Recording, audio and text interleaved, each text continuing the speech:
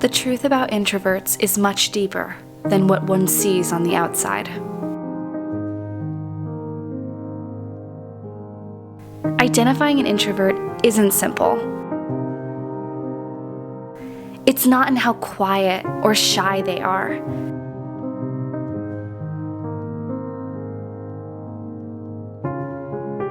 How soothing and calm their voice is, or whether they are socially awkward or not.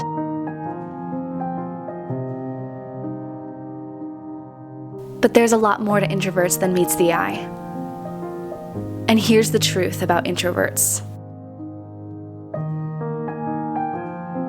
Someone who's an introvert can be extroverted in energy and still get their energy from a very different place.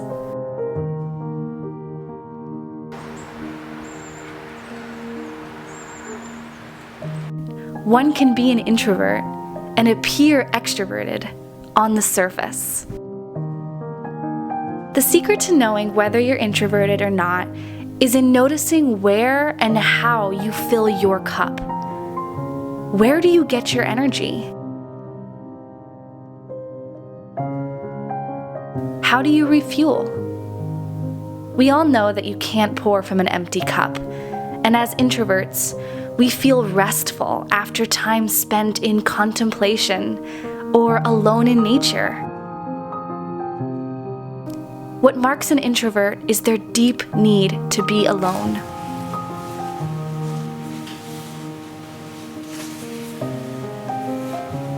We recharge through solitary activities, through reflection. And what marks an introvert is their deep need to be alone.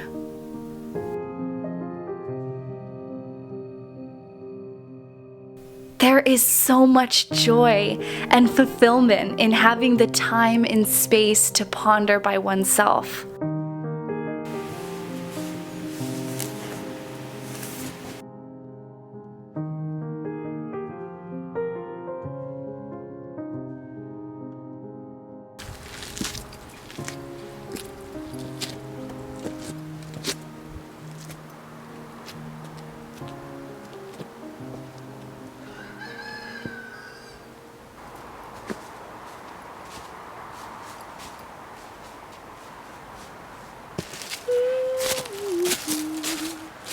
As introverts, we also need far less stimulation than extroverts.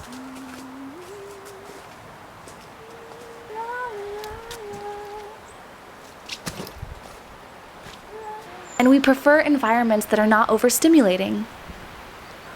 This all circles back to energy and where we get it from.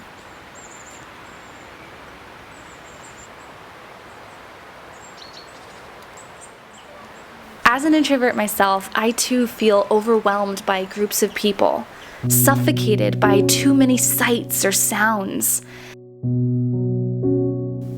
I've experienced panic attacks in super big cities, and I often feel drained and depleted of energy after spending too much time with other people's energy. I think a lot of people think that introverts are anti-people, that they don't like socializing, or they don't like being around people, but that can't be farther from the truth. As a social introvert myself, I love socializing, but I need to do it in far smaller doses. Social introverts tend to be mislabeled. Seemingly extroverted on the outside, we often get mistaken as young souls, always on the lookout for excitement and novelty, new experiences, and interesting people. I'm a prime example of one. Naturally lively, chatty, and enthusiastic, I get excited over the smallest of things, and I can walk up to anyone and start a conversation without hesitation. But I think there's a lot more souls out there like us, wishing to be heard and desiring to be understood. I need time to peacefully reflect, in hobbies, in nature, in a journal. I can spend 70 to 90% of my day without seeing another fellow soul, and I rather enjoy it. I don't get lonely. Seeing my neighbors on my daily walks is enough socialization for me. And it's why I choose the work that I currently do, so I can spend my time in silence and work independently. This time to myself fuels my energy to the point where I can give abundantly to others, socially and creatively. I enjoy spending the majority of my days in contemplation, creation, and meditation.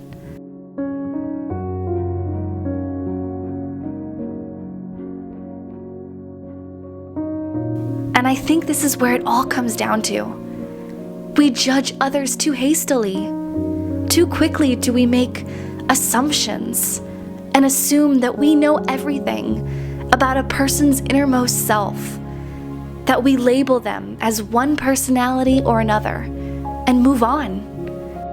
Our minds are so eager to put labels on people, so eager to put people into categories. What if we went beyond these labels of identity?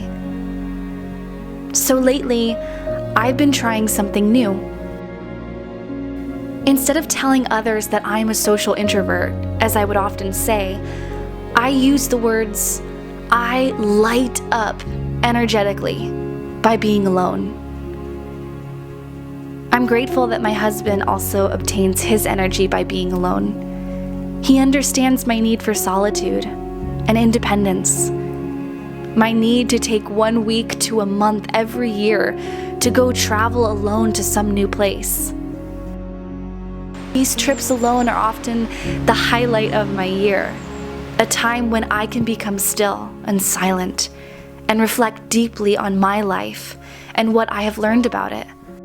Whether it was backpacking Europe for 6 weeks or spending a month in Bali, he's always encouraged me to do the things that light my spirit up and give me fuel. Living slowly refuels my tank and gives me the energy that I need so that I can give more to other people. The joys and energy gained from being alone is essential for us, and that's okay, as is the desire for quiet reflection, time and space to ponder. There are a few ways that we introverts can elevate to our highest selves, and so I thought I'd share them with you. One is through art, making art, being creative, through verbal expression, writing, or simply tinkering around with things.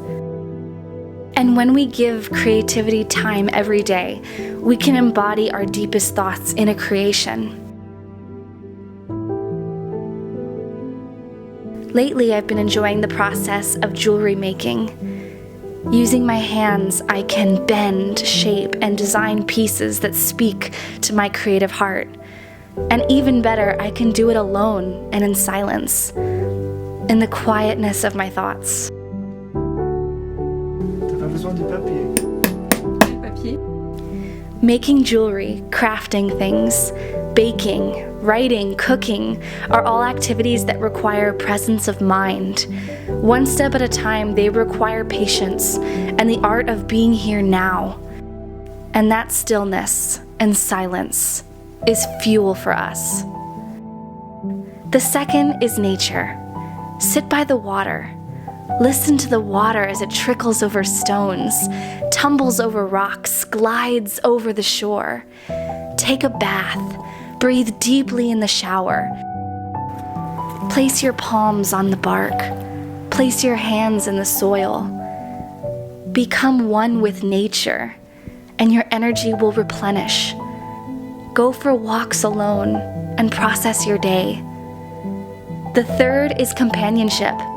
As introverts, it's natural to want to spend the vast majority of our days alone, and we often learn the most by contemplating by ourselves. Too easy is it to want to cancel plans with friends so we can cozy on up at home alone.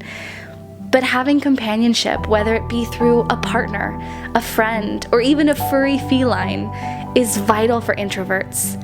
We don't need a lot of people, but we do need just one. Sharing your heart with one person can help give our lives purpose, meaning, and the depth that we so desire and crave. Raw authenticity and the exchange of mutual reciprocity is so valued for us. Finally, the ability to play. Laughing at ourselves, saying yes to new experiences, spontaneous adventures when we'd much rather be alone can help us see the big picture of our lives. We need to observe the macro, just as we love to examine the micro. Remember how massive our galaxy is, and see the world from a bird's eye perspective. These are just some of the ways that I explore the various aspects of being an introvert, a soul who naturally would opt to be alone than spend my time with others. It's easy to misunderstand social introverts for something that they're not. But I hope that these reflections give you comfort in knowing that there are so many social introverts out there that enjoy being alone, that aren't quiet or shy or socially awkward or anti-people. And please know that you are so not alone in being a social introvert.